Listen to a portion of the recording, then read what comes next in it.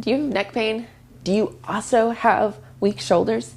Let's go over today how those two play a role into each other. We're going to talk anatomy. We're going to talk what muscles you need to be strengthening in your shoulders to help your neck, and then also a couple exercises that will help you kind of combine and make this happen so you can put this into action and make changes that you need. Let's pop into it. So, anatomy, shoulder anatomy. This is one that kind of is complicated. Our shoulder joints complex have 17 different muscles that kind of help the stability, control, and movement of that. Our neck also plays a role into this because some of our shoulder muscles come up and attach to our neck. We also have our collarbone, that is our own main bony attachment back from our shoulder joint to our axial skeleton, aka your spine or your sternum. And so there's nothing that attaches our shoulder back in on our backside because it goes into our shoulder blade. There's nothing else that connects it back here except for muscles. The only thing that's a bony attachment is our collarbone, and it connects back to our sternum and our second rib. And so when it comes to bony attachment back, this is it. And so as we think about muscles that connect into our spine, we have some that connect into our thoracic spine. That's our middle trap, our lower trap. We also have our rhomboids that connect in there, but we also have some that connect up into our neck, our cervical spine. And those are our upper trap, our levator scapulae. These ones kind of bring our shoulder blades up. And as you can tell, mine are fairly thick right through here. They used to be bigger, believe me, because I used to have a lot of neck issues. I don't anymore. But these muscles, as they get used more and more, then they can actually pull on our neck.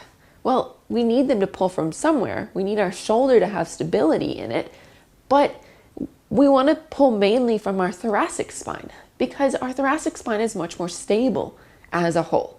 Think about it. Our neck doesn't have ribs that wrap around it that give it more inherent stability. Our thoracic spine does. And so if we have something that's going to pull from something else, I would rather it pull from my thoracic spine than pull from my neck because my neck isn't made to do that again and again and again with a high load on it. It's why we have other muscles like our lats and our mid lower traps and our rhomboids that give that support and pull from our thoracic spine. And there's only two major ones that go from our neck, like I mentioned. But if we don't have strength in using those lower shoulder blade muscles through here, then we're going to have to pull from somewhere. We're going to have to make it get done because we're going to do the task no matter what. We're going to make it happen. We're going to pull, we're going to push, we're going to ride the bike, we're going to do these other things. And if we don't have that strength in our upper back, we're going to pull on our neck. I also have a history of neck issues, which I mentioned. And so our body has a likelihood of going back to what we've been used to using for years and years and years. Mine is coming up here. And so it's that using and engaging those other shoulder blade muscles to help me take that stress off. Now, as we go into our stability and control to help with decreasing that pull from there, the main muscles are the ones I already mentioned. There are our middle trap, our lower trap, our rhomboids, there's our lats. All of these, including our rotator cuff, need to be strengthened to help take that load off of those muscles that pull on our neck. Now, you can have other things that are happening in your neck that this just exacerbates. You may also keep having pain because you have other things to fix there in your neck. But this can really help to decrease that extra load that you may be putting on them. One of my favorite exercises to work on this kind of stability, control, and support includes some of our front muscles that we haven't talked about quite as much. It includes our serratus anterior. That connects from our rib cage and then comes over into between our rib cage and our shoulder blade and connects there. And that gives you support through here. It connects our pecs because we need that support there. If we don't have our pecs, then we tend to actually push with some of our upper traps, as you can see with my shoulders here. But if I bring them down and then I push, now you see how these guys are not active, how my upper traps are not active through there. And so a kneeling plank is a great way to quiet the other things that you have going on in your body and to really focus in on this support. So you push your arms nice and straight, you keep your shoulders away from your ears, and you're really making sure you're strong and stable. It also engages your core because your core is a huge component of using your shoulder blade muscles. And so as you engage your core, you're going to be less likely to arch your back.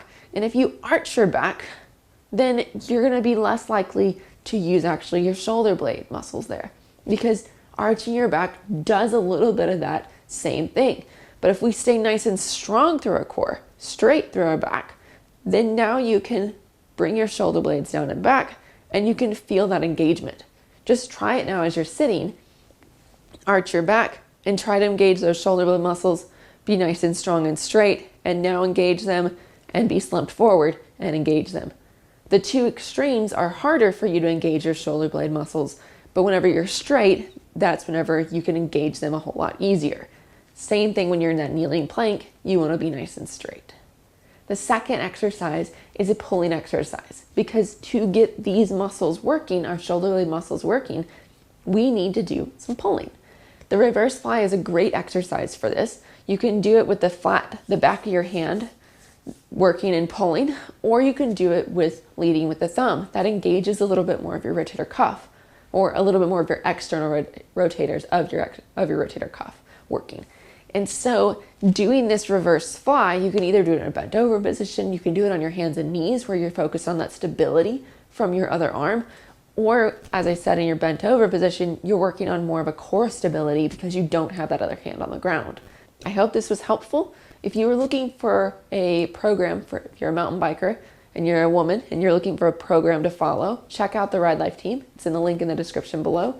And if you have anything else that you would like to add about shoulder anatomy, muscles, helping with your neck, put them in the comments below. I'd love to hear more. Cheers, y'all.